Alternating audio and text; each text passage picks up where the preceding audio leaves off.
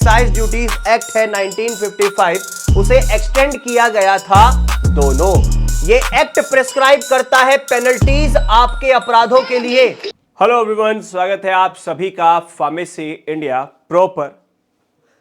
आप जानते ही हैं कि हमारी बेस्ट 20 एमसीक्यूज की सीरीज चल रही है, जिसके चलते आज जो हमारा ये लेक्चर होने वाला है फार्मास्यूटिकल ज्यूरिस्प्रूडेंस का, इसमें हम ऐसे 20 एमसीक्यूज, बेस्ट 20 एमसीक्यूज डिस्कस करेंगे जो कि होने वाले हैं medicinal and toilet preparation act से। कि इस एक्ट से ऐसे 20 एमसीक्यूज जो हमारे फार्मा कॉम्पिटिटिव एग्जाम के पॉइंट ऑफ व्यू से, इवन जो आप अपना सेशनल सेमेस्टर की एग्जाम की तैयारी करते हैं उसके लिए भी इंपॉर्टेंट रहेंगे। तो चलिए लेक्चर को शुरू करते हैं बिना किसी देरी के। आप लोग अगर चैनल पर नए हैं, चैनल को सब्सक्राइब कर लीजिएगा और भी लेटेस्ट अपडेट्स के लिए डाउनलोड करें pharmacy India mobile app from the Google play store और द एप्पल ऐप स्टोर। साथ ही साथ में किसी भी प्रकार की अपडेट्स के लिए, क्विजेस के लिए, डेली जॉब अपडेट्स के लिए, प्रीवियस ईयर पेपर्स के लिए, current affairs, subjective blogs, college details, सब आपको मिलेगा हमारी इस pharmacyindia.co.in ऑफिशियल वेबसाइट पर। गूगल पर अवेलेबल है, वहां पे जब सर्च करेंगे ये सारी जानकारी आपको प्राप्त हो जाएंगी।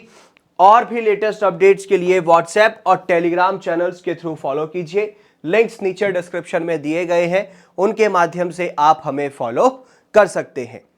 चलिए, और भी आपको मैं बताना चाहूंगा कि यदि आप प्रिपरेशन कर रहे हैं किसी भी फार्मा कॉम्पिटिटिव एग्जाम की, तो आप जुड़ सकते हैं हमारे दूसरे यूट्यूब चैनल्स के थ्रू। जैसे कि हर एक कॉम्पिटिटिव एग्जाम के लिए pharmacy India YouTube channel available है।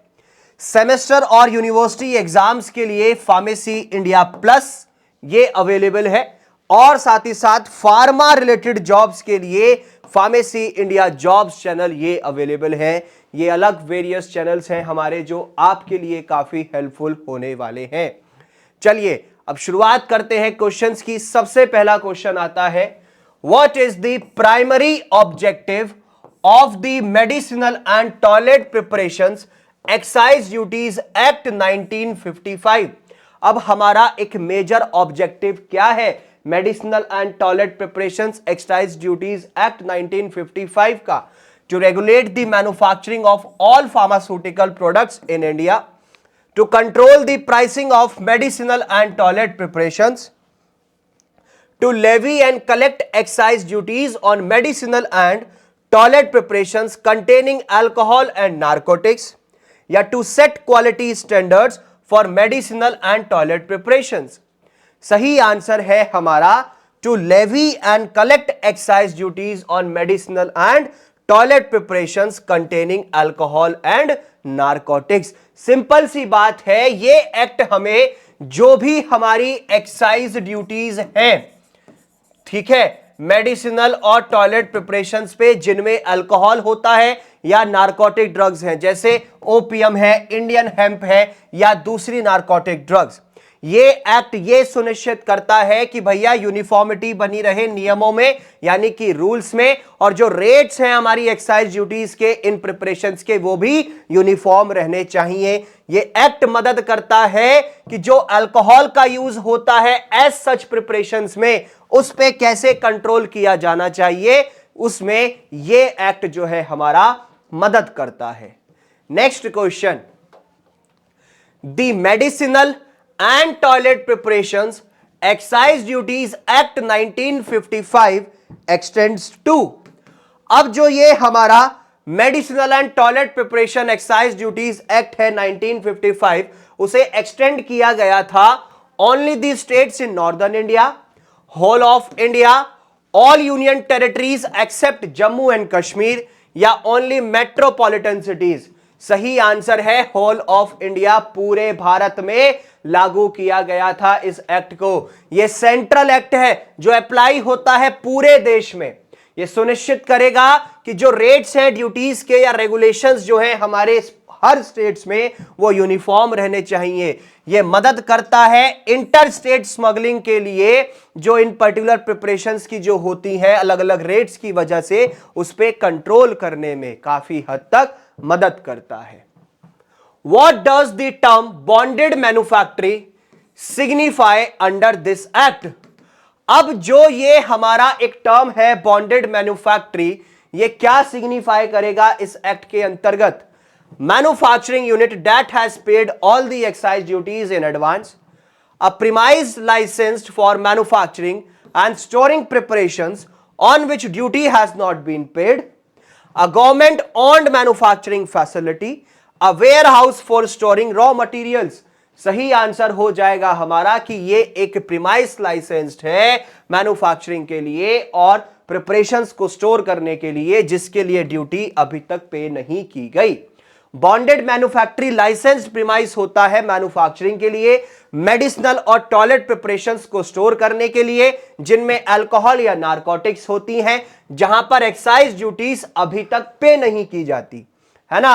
और फैसिलिटीज ऑपरेट होती हैं किसके सुपरविजन में? एक्साइज ऑफिसर के सुपरविजन में, ठीक है। और जो ड्यूटीज है उन पे लेवी लगती है जब भी आपका सामान वहां से बाहर निकलेगा बॉन्डेड मैन्युफैक्चरिंग से, तुरंत आपको जो ड्यूटी है वो देनी पड़ेगी।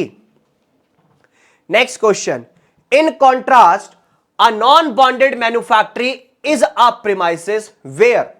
अब इसके कॉन्ट्रास्ट में अगर चलें तो ये जो नॉन बॉन्डेड मैन्युफैक्चरिंग है ये एक ऐसा प्रीमाइस है जहां पर मैन्युफैक्चरिंग बिना लाइसेंस के की जाती है, या सिर्फ और सिर्फ टॉयलेट प्रिपरेशंस ही मैन्युफैक्चर्ड होंगी, या प्रिपरेशंस जो होती हैं आपकी वहां पर आप अल्कोहल जो है बेसिकली यूज कर रहे हैं जिस पे ड्यूटी पहले से ही पे हो चुकी है, या प्रिपरेशंस जो एक्सक्लूसिवली एक्सपोर्ट के लिए है। सही आंसर हो जाएगा हमारी वो प्रिपरेशंस हैं जो बनाई जाती हैं अल्कोहल के यूज से, जहां पर ड्यूटी पहले से ही ऑलरेडी पेड है। नॉन बॉन्डेड मैन्युफैक्चरिंग आपकी एक लाइसेंस्ड फैसिलिटी है मैन्युफैक्चरिंग के लिए और साथ ही साथ प्रिपरेशंस को स्टोर करने के लिए, जहां पर जो ड्यूटीज हैं आपकी अल्कोहल पे या दूसरे नारकोटिक सब्सटेंसेस पे वो पहले से ही पेड होती हैं। अब ये जो संस्थाएं हैं, एस्टैब्लिशमेंट्स हैं, यहां पर बहुत कम एक्साइज कंट्रोल होता है अगर आप कंपेयर करेंगे बॉन्डेड मैन्युफैक्चरिंग से। फाइनल प्रोडक्ट के लिए आपको आगे जाकर के कोई ड्यूटी नहीं देनी पड़ती जिस टाइम पे आप अपना प्रोडक्ट यहां से निकालेंगे। Under the act toilet preparation refers to any substance used for.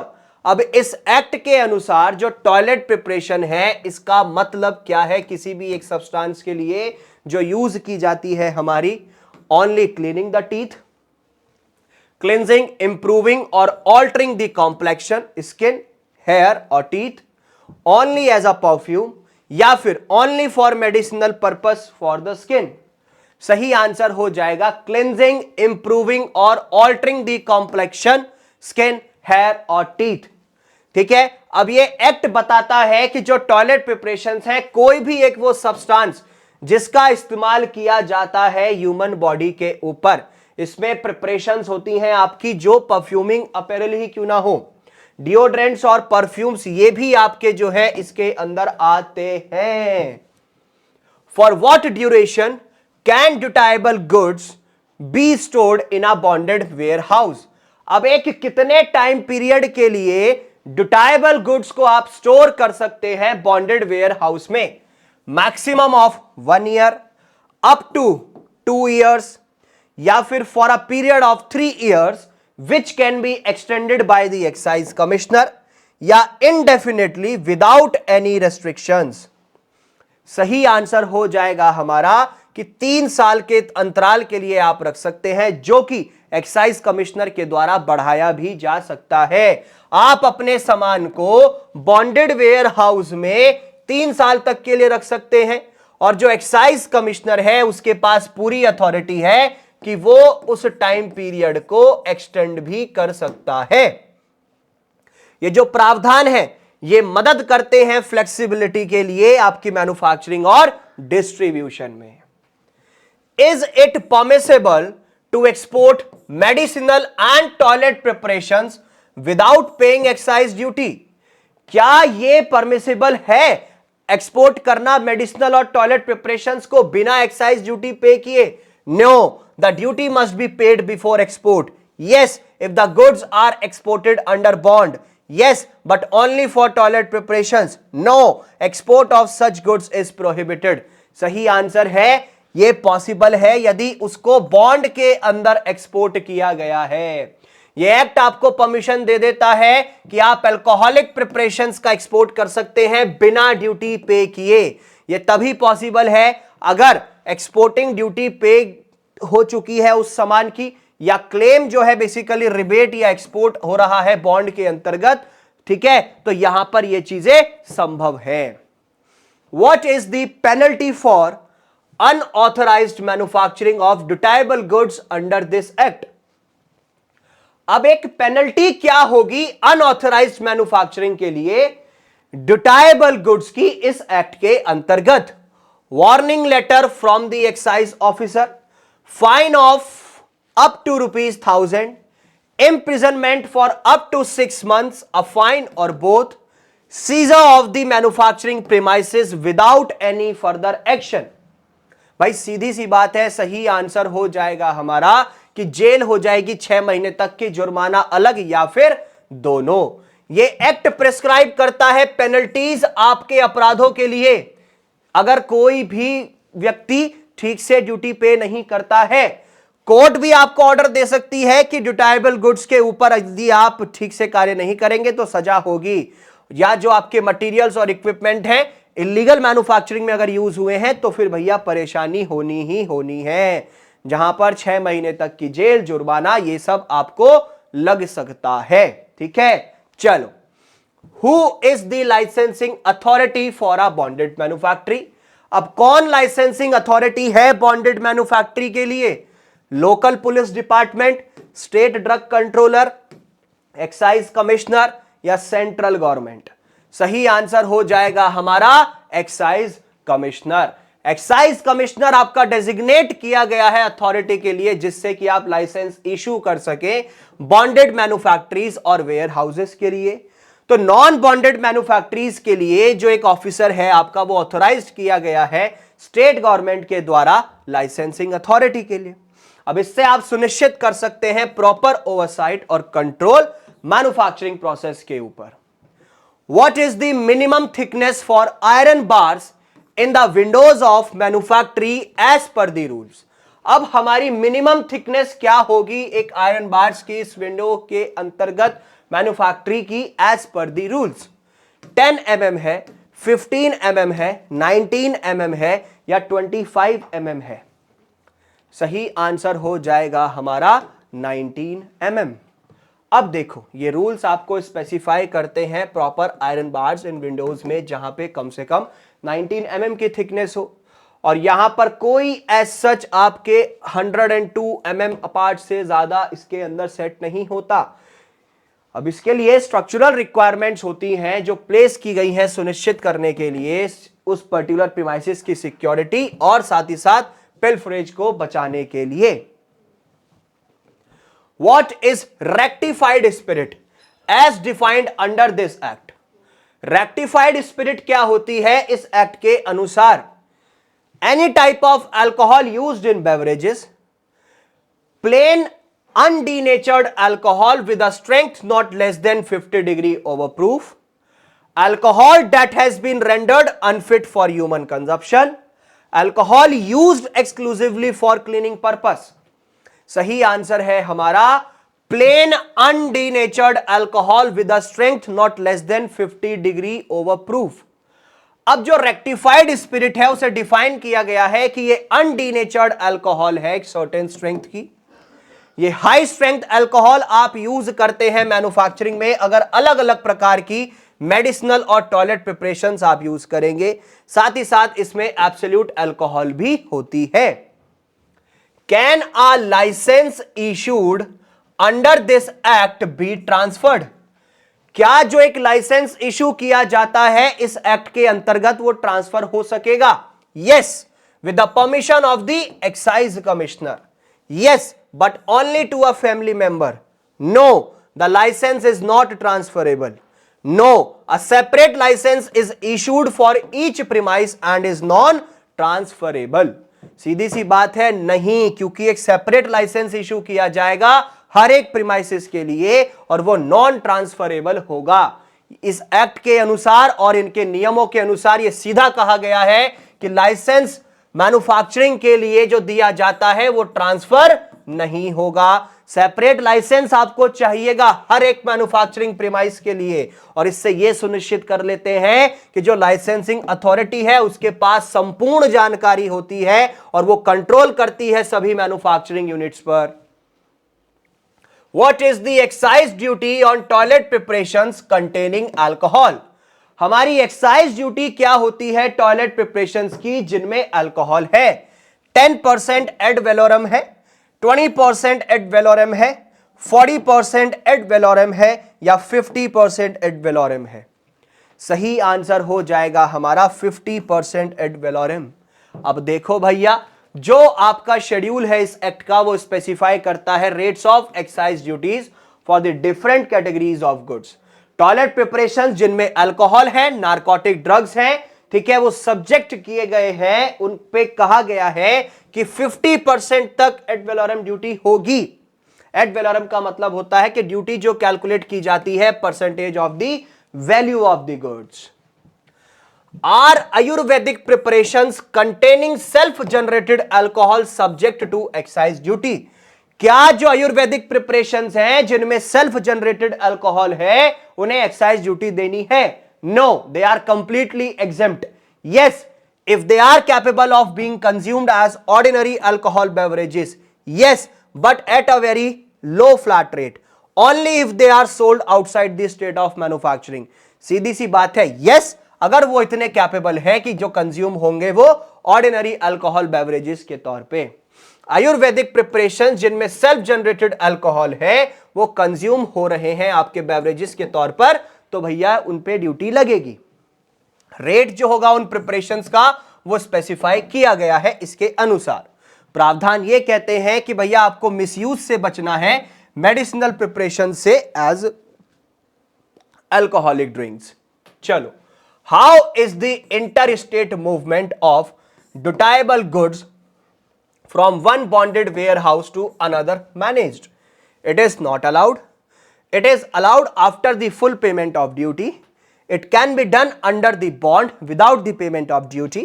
It requires special permission from the central government.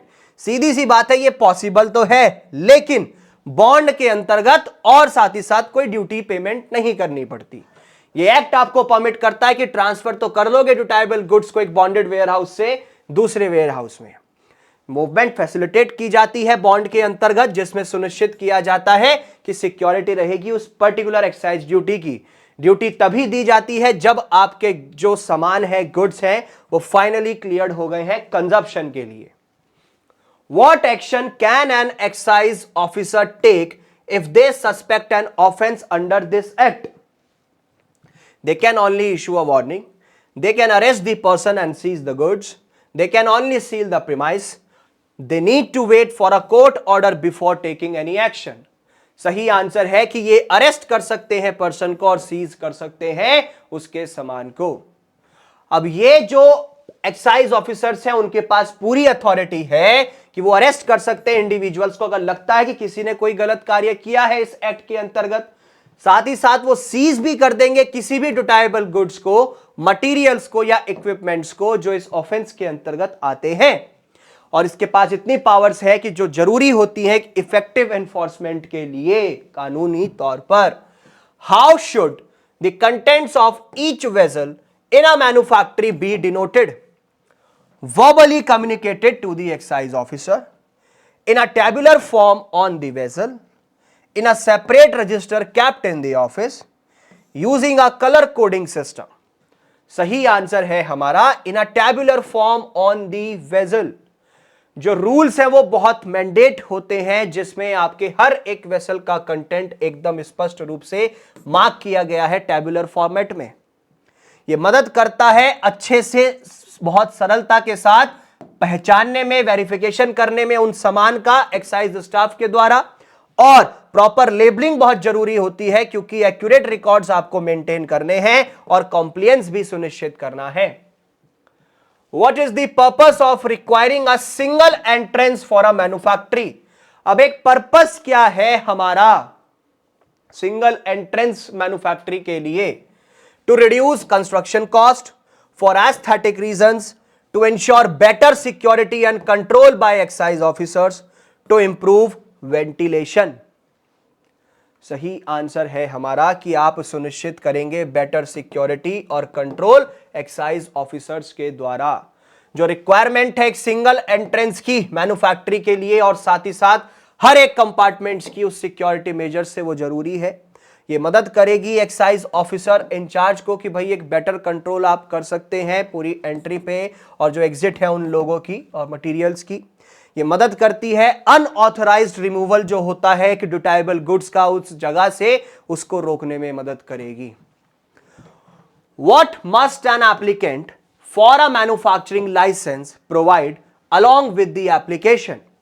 Sample of the products to be manufactured, a list of potential customers, an elevation plan of the premises and details of the equipment, a marketing and sales plan। सही answer है हमारा एक elevation plan उस premises का और साथ ही साथ equipment की पूरी डिटेल्स।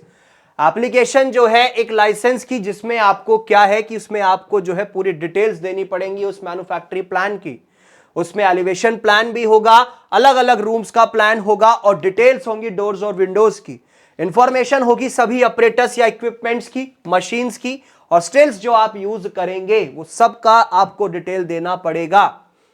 आखिरी सवाल, the medicinal and toilet preparation excise duties rules were framed in which year? Medicinal and toilet preparation excise duties rules कौन से ईयर में आए? 1955 में, 1976, 1956 या 1960? सही आंसर है हमारा 1956।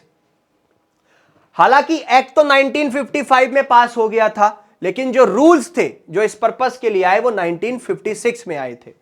मेंशन किया गया है 1976 में, जहां पर पूरा टाइटल था कि भाई सिग्निफिकेंट अमेंडमेंट्स हुए, चेंजेस हुए थे और जो पब्लिकेशन है इन रूल्स का वो कंसोलिडेट किया गया था। ये रूल्स आपको प्रॉपर डिटेल प्रोसीजर दे देते हैं कि कैसे इंप्लीमेंट करना है आपको इस एक्ट के प्रावधानों को। ये था हमारा आज का पूरा लेक्चर जिसमें medicinal and toilet preparation excise duties act 1955 के बेस्ट 20 एमसीक्यूज हमने आज डिस्कस किए। आई होप ये आपके लिए काफी हेल्पफुल होने वाले हैं। मिलेंगे नेक्स्ट लेक्चर में, तब तक के लिए अगर आप चैनल पर नए हैं चैनल को सब्सक्राइब कर लीजिएगा फार्मेसी इंडिया प्रो को, और भी लेटेस्ट अपडेट्स के लिए डाउनलोड करें फार्मेसी इंडिया मोबाइल ऐप। साथ ही साथ जुड़ सकते हैं व्हाट्सएप और टेलीग्राम चैनल्स के थ्रू, लिंक्स नीचे डिस्क्रिप्शन में दिए गए हैं। मिलेंगे नेक्स्ट लेक्चर में, तब तक के लिए जय हिंद।